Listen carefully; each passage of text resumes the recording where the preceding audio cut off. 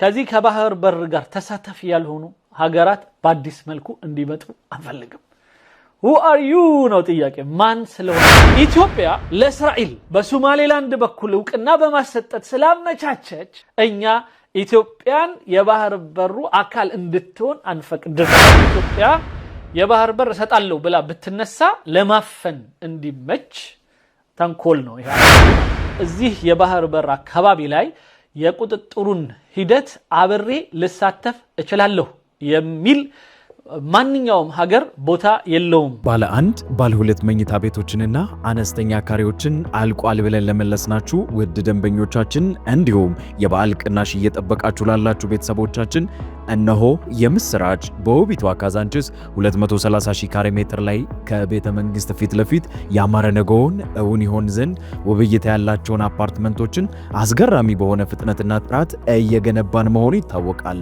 ታዲያ በዓላትን ምክንያት በማድረግ አዳዲስ ብሎኮችን በካሬ ከ89,000 ብር ጀምሮ ከ55 እስከ 161 ካሬ ሜትር በዝቅተኛ የወለል አማራጭ ከ5 እስከ 25% ቅናሽ በተደረገላቸው ቤቶቻችንን ይምጡና ይገበያዩ። ከሀገር ውጭ ላላችሁ ደንበኞቻችን ባሉበት ሆኖ የሚገበያዩበትን ሲስተም ዘርግተናል።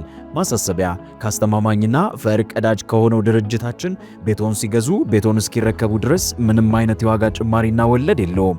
ለበለጠ መረጃና ሳይት ለመጎብኘት ታች ባለው ስልክ ይደውሉልን።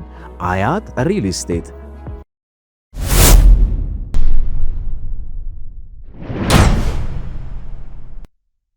مشاهدينا الكرام اهلا بكم من جديد. خطوط حمراء جديده تضعها مصر ازاء ملفات اقليميه ترى القاهره انها تمس امنها القومي. እንግዲህ ከጥንት ጀምሮ እየሰማን ያለ ነው ሰሞኑን ይሄ ጦርነት ከመምጣቱ በፊት የግብፁ መንግስት ኢትዮጵያ ወደ ባህር ኃይል መምጣት ፈልጋለች ከተባለ ጀምሮ ቀይ መስመር እያለች ستالازن نبرة. شددت مصر على أنها ترفض أي محاولات خارجية لفرض السيطرة في البحر الأحمر بخلاف الدول المطلة عليه. ስለዚህ በባህሩ ላይ የባህር በር ካላቸው ሀገራት ውጪ ማንም ወደዚህ የባህር በር አይደርሳትም እያለች በተለያየ አይነት መልኩ መግለጫዎችን እየሰጠች ነው በውጭ ጉዳይ ሚኒስትሯ በኩል በአብዱል ፈታህ ሲሲ በኩል በተለያዩ ተናጋሪዎቿ በኩል قال وزير الخارجية المصري بدر عبد العاطي خلال لقاء مع رئيس مفوضية الاتحاد الأفريقي نعم የመን ከአፍሪካ ህብረቱ መሪም ጋር እንደዚሁ ከማነሱም بدر عبد العاطي ደግሞ ከውጭ ጉዳይ ሚኒስትሩ ጋር በተገናኙበትም ወቅት ይህንኑ ነገር አረጋግጦለት ነበር السفير محمود علي يوسف في العاصمة الإثيوبية أديس أبابا قال إن حوكمة البحر الأحمر يجب أن تقتصر على الدول ይህንንም ደግሞ ያለው በአዲስ አበባም በተገናኙበት ወቅት ይህንን ጉዳይ አረጋግጧል ኢትዮጵያ በባህር በር ላይ ያላትን ጥያቄ በመቃወም የባህሩ ኃይል ቁጥጥር ሊሆን የሚገባው የቁጥጥሩ እጅ ሊሆን የሚገባው የባህር በር ባላቸው ሀገራት እጅ ብቻ ነው ይላል ግብጽ ይሄን ህግ ከየት እንዳመጡት ራሱ ማየት አልቻልኩም ምክንያቱም የስምምነት ሂደት ካለ ማንኛውም እዛ አካባቢ ያሉ አገራት ጋር ስምምነት ተደርጎ ወደ ባህር በር የመውጣት መብት አለ ያንን መብት ያረጋገጠ አገር ደግሞ በዛውም የቁጥጥሩ አካል ይሆናል ይሄ ነው ምናቀው ያለም አቀፉ ያስቀመጠው ግብጽ ጋር ብቻ ያለ ህግ ግን አለ በቃ ማንም ሰው እዚህ ቦታ በቅሊል አይችልም ምናምን የሚልና እሱን ያው ማስተንፈስ ግድ ይላል ማለት شاطئ له فقط مؤكدا رفض أي محاولات من أطراف خارجية لفرض نفسها كشريك في حوكمة البحر الأحمر دون أن يسمي أي دولة. نعم ምንም ሀገር ሳይጠራ አሁን ደግሞ የውጭ ጉዳይ ሚኒስትሩ የዚህ የባህር በር አካባቢ ላይ የቁጥጥሩን ሂደት አብሬ ልሳተፍ እችላለሁ የሚል ማንኛውም ሀገር ቦታ የለውም በሚል እዚህ አካባቢ የሚፈልጉ አካሎች አሉ ብሎ በአሽሙር قدام تكسوال وأضاف أنه يجري العمل على تفعيل مجلس للدول المطلة على البحر الأحمر وخليج عدن لتعزيز التعاون بزهم يا مجلس التعاون بميل يتببر كوميتي ويم ليج بميل يبهر برون قطتر بتملكته يميقباتشو يونو أكالوش انديت አካባቢውን ይቆጣጠሩታል በሚል ራሱን የቻለ አንድ ቡድን ለማቋቋም ግብጽ እየሰራች ነው ይላል። تاريخ الأمن في المنطقة يأتي ذلك في ظل تحركات لبعض الأطراف لمنح امتيازات لشركات خارجية على الموانئ دون التنسيق مع الدول المعنية. إهم لنا منم هاجر كزيه بودن غارا سايسماما منم هاجرن مامطاتنا ازي بوتا لاي የባህር በሩ ላይ የቁጥጥር ሂደት ውስጥ ተሳታፊ የማድረግ እድል እንዳይሰጥ ለመከላከል ነው ይላል። ሸሩን አያችሁት አይደል? አብዱል ፈታህ ሲሲ እሳቤው ምንድነው? ሁሉንም የባህር በር ኃላፊዎች የተስማሙትን ቡድን ውስጥ ይጠረንፍና ከዛ በኋላ እነሱ ራሳቸውን ኃላፊ ያደርጋሉ። የግብጹን ወይም የሳውዲን ይሁን ኃላፊ ብቻ ያደርጉና ግን በድምጽ ብልጫ እነሱ ሶማሌን ይዘዋል፣ ኤርትራን ይዘዋል፣ ጅቡቲን ይዘዋል። ቢያንስ እናንተ ተጠንቀቁ ይሏቸዋል። በተለያዩ ጥቅሞችም ያስፈራሯቸዋል። ከዛ በኋላ ሌላው ቀርቶ ሳውዲና ኢማራት ቢስማሙ እንኳን ግብጽ ተጨማሪ ሆና በድምጽ ብልጫ ጆርዳን ሌሎቹ ምናልባት ሳቢያቸውን አላቀም ግን ኢማራትና ሳውዲ እንኳን ቢስማሙ ግብጽ፣ ጅቡቲ፣ ኤርትራ፣ ሶማሊያ ሆነው ሌላው ቀርቶ ሶማሌላንድ እንደው አሁን በቃ ፍቃድ እያገኘች እውቅና እያገኘች በዚህ ጦርነት ምክንያት ተድበስብሷል ጉዳዩ ግን ትንሽ ፈታ ሲል በኋላ ላይ መነሳቱ አይቀርም ጉዳዩ። ለምሳሌ አሜሪካ እውቅና ልትሰጣት ትችላለች። ስለዚህ ያ ማለት በቃ ቦም ነው፣ ሌሎቹ ይከተላሉ እንደ ጉድ። ስለዚህ ያም የሆነው ምንድነው አገር ትሆናለች ማለት ነው። ስለዚህ ብቻዋን ለምሳሌ ለኢትዮጵያ የባህር በር እሰጣለሁ ብላ ብትነሳ ለማፈን እንዲመች ተንኮል ነው ይሄ አካሄዱ ማለት ነው። ስለዚህ ኮሚቴ ያቋቁማሉ። ልክ እንደ ምንድነው ባለው አፍሪካ ህብረት ምናምን ህብረት እንደሚባለው የባህር ላይ የአፍሪካና የአረብ ህብረት የሚል ማቋቋም እንፈልጋለን ይላል። ግን ይሄ አንዱ እንግዲህ በጣም ግብጽ አደገኛ የሆነ የኢትዮጵያን የባህር በር ፍላጎት ለመከላከል ለመግጨት የምትሄድበት የሆነ ተንኮል ነው ማለት ነው። وقد ربط مراقبون بين تصريحات وزير الخارجية ግን በነገራችን ላይ ይሄ ሐሳቧ እስካሁን ድረስ አልጸደቀም። ምክንያቱም እነዚህ ሀገራት ተቀላቅለው እሺ ብለው የቡድኑ አባል ሊሆኑ አልቻሉም። እስካሁን የተወሰኑ የልምምድ ምናምን ተብለው የተቋቋሙ አሉ። ግን እዛ ውስጥ ያልገቡት ይበዛሉ። ሁለተኛ ሌላ ጣጣም አለባቸው ማለት الخارجية المصري بإعلان رئيس ما يسمى بإقليم أرض الصومال الانفصالي عبد الرحمن محمد عبد الله في يناير الماضي أنه لا يستبعد منح شركة إسرائيلية ميناء على أرض الإقليم. እና ይህ ደግሞ አንዳንዴ ተቀባይነት እንዲያገኝ የነሱ ሐሳብ የሚሄዱበት ሂደት ሁሌ ኢትዮጵያም ላይ እንደሚሄዱት የእስራኤል የሆነ አንድ ካምፓኒ በሶማሌላንድ በኩል የባህር በር ላይ ስራ ሊያደርግ ስለሚፈልግ ወይም ወደብ ወስዶ የሆነች ነገር ሊያደርግ ስለሚፈልግ ለዛ እድል ለመስጠት አንዳንድ የበሰሉ ነገሮች አሉ። ስለዚህ ያንን ለመከላከልም ነው። ስለዚህ ያ ማለት ነው እስራኤል ምናም የተነሳች ሁሉ እስራኤል እኮ እንደፈለገች ነው የምትፈነጨው ማንንም የሚከለክላት አይመስለኝም። ግን አላማው ግን ኢትዮጵያ ናት። እስራኤልን እዛው ካምፕ ዴቪድ ከስምነት ካረጉ ጀምሮ እዛው አፍንጫቸው ስር ናት። እንደውም እነሱ ነው የሚጠብቋት። ስለዚህ ትልቁ ታርጌታቸው ኢትዮጵያ ናት። ይሄን በደንብ ማወቅ አለብን። ግን አረቡን መያዝ የሚችሉት እስራኤል ምናምን ካልሆነ ኢቨን ኢትዮጵያን ራሱ ኢትዮጵያ ምናምን ብለው ብዙ ኢትዮጵያ የእስራኤል ደጋፊ የእስራኤል ባካፕ ናት ብለው ስለሚያስቡ ብቻ ነው ይሄንን ነው የሚያሰራጩት። ያው ውሸት ቢሆንም ማለት ነው። ባለ አንድ ባለ ሁለት መኝታ ቤቶችንና አነስተኛ ካሬዎችን አልቋል ብለን ለመለስናችሁ ውድ ደንበኞቻችን እንዲሁም የበዓል ቅናሽ እየጠበቃችሁ ላላችሁ ቤተሰቦቻችን እነሆ የምስራች በውቢቷ ካዛንችስ 230,000 ካሬ ሜትር ላይ ከቤተ መንግስት ፊት ለፊት ያማረ ነገውን እውን ይሆን ዘንድ ውብይታ ያላቸውን አፓርትመንቶችን አስገራሚ በሆነ ፍጥነትና ጥራት እየገነባን መሆኑ ይታወቃል። ታዲያ በዓላትን ምክንያት በማድረግ አዳዲስ ብሎኮችን በካሬ ከ89,000 ብር ጀምሮ ከ55 እስከ 161 ካሬ ሜትር በዝቅተኛ የወለል አማራጭ ከ5 እስከ 25% ቅናሽ በተደረገላቸው ቤቶቻችንን ይምጡና ይገበያዩ። ከሀገር ውጭ ላላችሁ ደንበኞቻችን ባሉበት ሆኖ የሚገበያዩበትን ሲስተም ዘርግተናል። ማሳሰቢያ፣ ከአስተማማኝና ፈርቀዳጅ ከሆነው ድርጅታችን ቤቶን ሲገዙ ቤቶን እስኪረከቡ ድረስ ምንም አይነት የዋጋ ጭማሪና ወለድ የለውም። ለበለጠ መረጃና ሳይት ለመጎብኘት ታች ባለው ስልክ ይደውሉልን። አያት ሪል ስቴት። وفي نفس هذا السياق أكد رئيس وزراء إثيوبيا أبي أحمد أن بلاده لا تحمل أطماعا جغرافية ولا تسعى إلى تبني أي نوايا توسعية أو በተቃራኒው ደግሞ የኢትዮጵያው ጠቅላይ ሚኒስትር በአፍሪካ ህብረቱ ባሰሙት ንግግር ኢትዮጵያ የባህር በር ፍላጎቷ ምንም የሌሎችን ንብረት ለመውሰድ ለመስፋፋት ወይም የሌላን ኃይል ለማጥቃት እሳቤ ኖሯት አይደለም። تهديد أمن دول الجوار እንደውም የአካባቢውን የደህንነት አካል ለመሆን ወይም የደህንነቱ አካል ለመሆንና የራሷንም ደህንነት ለማስከበር እንጂ። أوضح أبي أحمد في بيان أن سعي إثيوبيا لتحقيق التنمية عبر مواردها المائية لا يعني الانتقاص من حصة أي دولة مؤكدة. በዚሁም ደግሞ ምናልባት ይሄ ሁሉ ጣጣ የመጣው ከኢትዮጵያ ህዳሴ ግድብ ጋር ተያይዞ ስለሆነ ጠቅላይ ሚኒስትሩም ይህንኑ ምላሽ ለመስጠት ኢትዮጵያ የውሃ ላይ እንትኗን የተለያዩ ልማቷን ያደረገችው አሁንም የሌሎችን ውሃ ለመውሰድ አይደለም።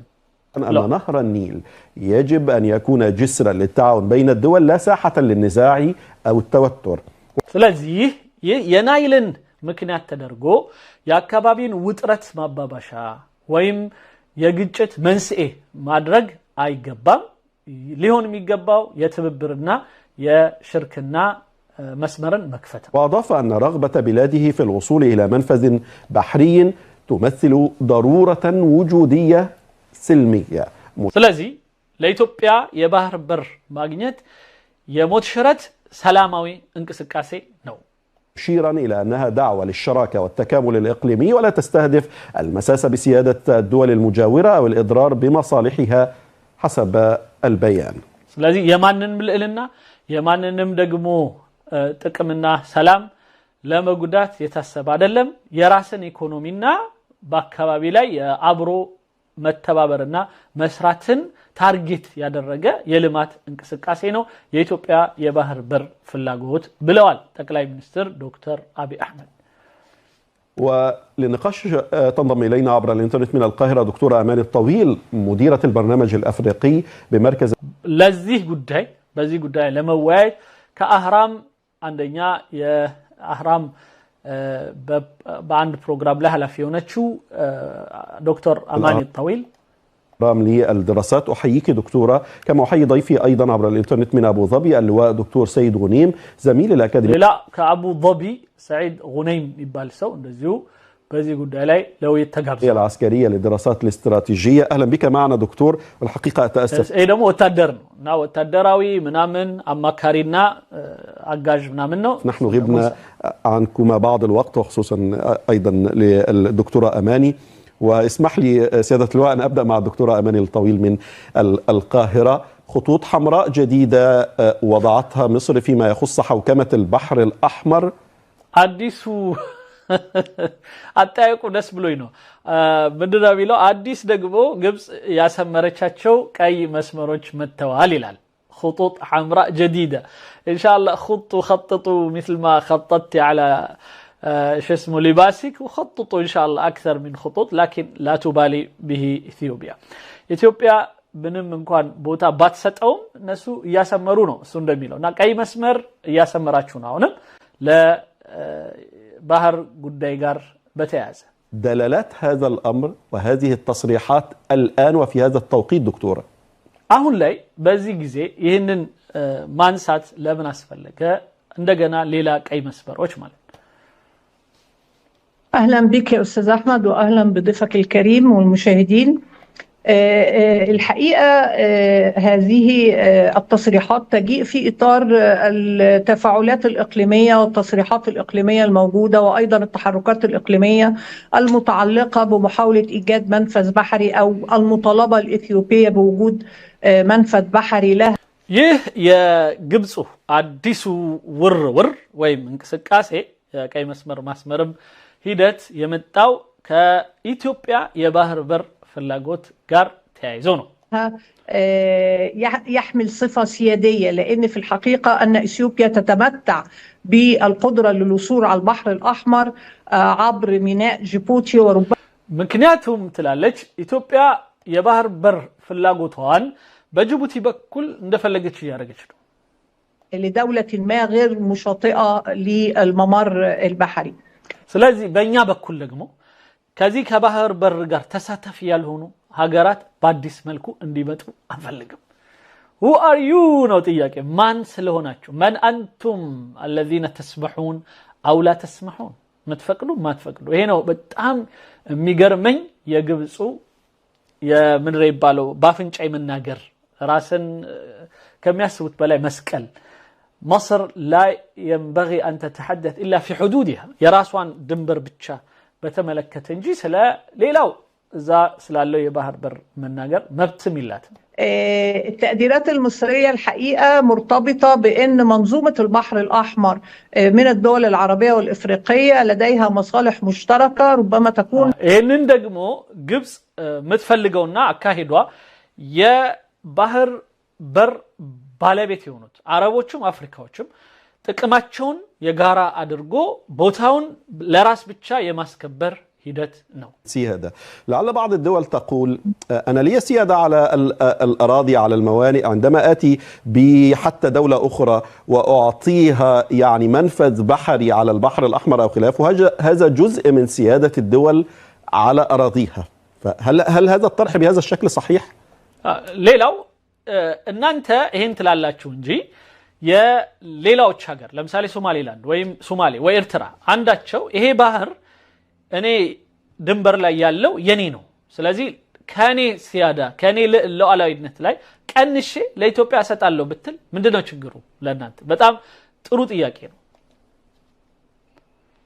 شوف يا أستاذ أحمد الدول اللي موجودة كقواعد عسكرية في جيبوتي إذا كنت تقصد هي من البات تلالج أنت متحسبው ልክ እንደ ጅቡቲ አይነት ከተለያዩ ሀገራት መተው የባህር ኃይል ላይ የባህር ኃይል ምንድነው ቤዝ የባህር ቤዝ የባህር ላይ የጦር ቤዝ የመሰረቱ ሀገራት አሜሪካ፣ ቻይና፣ ጃፓን ሌሎችም ጣሊያን የመሳሰሉት ከአውሮፓም ከምንም መተው ቱርኪያ ሶማሌ ላይ ያረጉት ከሆነ دول غير متخمة للبحر الأحمر ለቀይ ባህር ምንም አይነት እንትን የሌላቸው ማለት አሁን ግብጽ የምትለው ከዚበን ወዙረን تقول لا نسمح لكل من ليس له علاقة بالبحر الأحمر وكيف سمحت لأمريكا والصين وكذا حتى لا يسألوا هذا فيهربون. هكذا عقول مصرية المنتكسة እንደዚህ አይነቱ ይሄ የተገለበጠ አካሄድ የሚሄዱት በዚህ መልኩ ነው። እስኪ እንዴት እንደምትመልስ እንስማ። هي دول خارجية وهي دول تحمي يعني مصالحها البحرية في البحر الأحمر وجيبوتي طبقا لحقها السيادي أعطت هذه الدول ስለዚህ ጅቡቲ የራሷን ልዕልና ወይም ሉዓላዊ ወይም የራሷን ድንበርና የራሷ የባህር ቁጥጥር ስር ያለው የራሷን አካባቢ ሰጠቻቸው። እሺ نقاط ارتكاز لكن عسكرية في هذه المنطقة لكن الوضع مع إثيوبيا مختلف لأن كإثيوبيا غار بتهاز ግን ይለያል. لماذا مختلف يا مخلبطة؟ አሁን ጥያቄው ያኛውም ይሄኛውም አንድ አይነት ሆኖ ለምንድን ነው ኢትዮጵያ የሚለየው? የነሱን የግብጾችን መልስ እንስማ እንዴት አድርገው እንደሚመልሱት ማለት ነው። الوضع مع اثيوبيا انها واحد قدمت الاعتراف الاول او مهدت الطريق للاعتراف الاسرائيلي بصوماليا لاند بما አያችሁት? አሁን ኢትዮጵያ ለእስራኤል ከሶማሌላንድ በኩል መጀመሪያ የሶማሌላንዱን እውቅና እንድታገኝ ለሶማሌላንድ መንገዱን ያመቻቸችው እሷ ስለሆነች ነው ይላል። وكيف بأمريكا التي تساعد وتساند وتحارب مع إسرائيل وعندها قاعدة عسكرية في جيبوتي.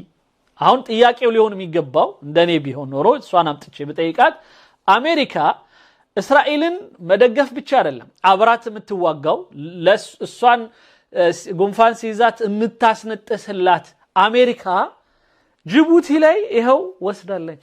ኢትዮጵያ ገና ለገና ከሶማሌላንድ በኩል ለእስራኤል አመቻቸችላት። እስራኤል አመቻችላት አላመቻቸችላት እስራኤል ከፈለገች ከሶማሌላንድ ጋር በቀጥታ ሶማሌላንድ እስከተስማማች ድረስ ለእስራኤል መስጠት ትችላለች። ስለዚህ እነሱ አሁን የሚሉት ግን ምንድነው ማይመስል ነገር ማለት ነው። ኢትዮጵያ ለእስራኤል በሶማሌላንድ በኩል እውቅና በማሰጠት ስላመቻቸች እኛ ኢትዮጵያን የባህር በሩ አካል እንድትሆን አንፈቅድም። ሰማችሁልኝ በደንብ። ይሄ አዳዲስ እንግዲህ ብዙ ያልሰማናቸው ግብጾች የሚተነፍሷቸው ብዙ ነገሮች አሉ፣ ግን ትክክል ያልሆኑ يعني تهديد سيادة ووحدة الأراضي الصومالية عبر الاتفاق الذي أبرمته مع صوماليا لاند في فترة سابقة. ባለፈው ጊዜ የሶማሌላንድን ከጃንዋሪው 24 በ2024 የጠቅላይ ሚኒስትር ዶክተር አብይ አህመድ ስምምነት ከሶማሌላንድ ያደረገውን በማድረግ ለእስራኤሎች ምቹ ሁኔታን ያደላደለው እሱ ስለሆነ ነው ትለናለች። وبالتالي النوايا الإثيوبية في هذا السياق هي نوايا لا تملك مصداقية بالنسبة للدول الإقليمية الكبرى المشاطئة للبحر الأحمر. ሌላው የባህር በሩ ተሳታፊ የሆኑ ሀገሮች ጋር በተያያዘ ኢትዮጵያ ላይ ያላቸው አመኔታ ደካማ ነው ትለናለች። من اثيوبيا ممتازة جدا مع الصومال الآن خاصة إلا في حالة معينة، وافتتحت السد وحضرت السد وراحوا جقجقة معهم وفطروا رمضان مع بعض مع جيبوتي ومع الصومال. وقبله كذلك أيضا أثيوبيا لها علاقة ممتازة جدا مع الإمارات ومع السعودية. إذن المشكلة فقط مع إريتريا، ومع جيبوتي هي تعمل أصلا مع بعض. إذن الإشكال عند المصريين العبطيين فقط. ስለ ችግሩ ያለው ከግብጾች ጋር ብቻ ነው እንጂ ኢትዮጵያ ከኢማራት ጋር ጥሩ ናት፣ ከሳውዲ ጋር በጣም ጥሩ ናት፣ ሌላው ደግሞ ከጅቡቲ ጋር በጣም ጥሩ ናት። እንደውም አብረው እየሰሩ ነው ያሉት። ምናልባት የስምምነት ሂደት ነው የኛንስ እንዴት ነው የምታረጉት፣ ሌላ ስታገኙ ልተውን ነው ወይ ምናምን ሚለው ላይ ነው የሚነጋገሩት። ከሶማሌ ጋር በተያያዘ የተለያዩ የስምምነት ሂደቶች ስላሉ ነው። የህዳሴ ግድብ ሲከፈት እሱ ነበረ፣ የጅጅጋው የሆነ ምናምን ነገር ፕሮግራም ሲደረግ እሱ ነበረ፣ ረመዳን ላይ አብረው ሄደው ሲያፈጥሩ ነበር። ስለዚህ ኢትዮጵያ ከነዚህ ሀገሮች ጋር ያን ያህል የከረረ የሆነ ብዙ ችግር የለባት ኤርትራ ሲቀር። ስለዚህ ለዚህ ጉዳይ ዋና መከራ ሆነው የሚታዩት ግብጽና ኤርትራ ብቻ ናቸው። ስለዚህ በኢትዮጵያ ፖለቲካ ትክክለኛው አካሄድ ብዬ የማምነው አሁንም ይህንን የነሱን አካሄድ ለማክሸፍ አንደኛ ከሶማሌ ጋር ያለውን ግንኙነት በጣም ማጠናከር አለብን ከሐሰን ሼክ መሐሙድ ጋር። በዛው ልክ ደግሞ የሶማሌላንድን ጉዳይ ከሶማሊያ ጋር እንዲሁ ባጣጣመ መልኩ እንዴት መውጣት እንዳለብን ማሰብ መቻል አለብን። ባለ አንድ ባለ ሁለት መኝታ ቤቶችንና አነስተኛ ካሬዎችን አልቋል ብለን ለመለስናችሁ ውድ ደንበኞቻችን እንዲሁም የበዓል ቅናሽ እየጠበቃችሁ ላላችሁ ቤተሰቦቻችን እነሆ የምስራች በውቢቷ ካዛንችስ 230,000 ካሬ ሜትር ላይ ከቤተ መንግስት ፊት ለፊት ያማረ ነገውን እውን ይሆን ዘንድ ውብይት ያላቸውን አፓርትመንቶችን አስገራሚ በሆነ ፍጥነትና ጥራት እየገነባን መሆኑ ይታወቃል። ታዲያ በዓላትን ምክንያት በማድረግ አዳዲስ ብሎኮችን በካሬ ከ89,000 ብር ጀምሮ ከ55 እስከ 161 ካሬ ሜትር በዝቅተኛ የወለል አማራጭ ከ5 እስከ 25% ቅናሽ በተደረገላቸው ቤቶቻችንን ይምጡና ይገበያዩ። ከሀገር ውጭ ላላችሁ ደንበኞቻችን ባሉበት ሆኖ የሚገበያዩበትን ሲስተም ዘርግተናል። ማሳሰቢያ፣ ካስተማማኝና ፈርቀዳጅ ከሆነው ድርጅታችን ቤቶን ሲገዙ ቤቶን እስኪረከቡ ድረስ ምንም አይነት የዋጋ ጭማሪና ወለድ የለውም። ለበለጠ መረጃና ሳይት ለመጎብኘት ታች ባለው ስልክ ይደውሉልን። አያት ሪል ስቴት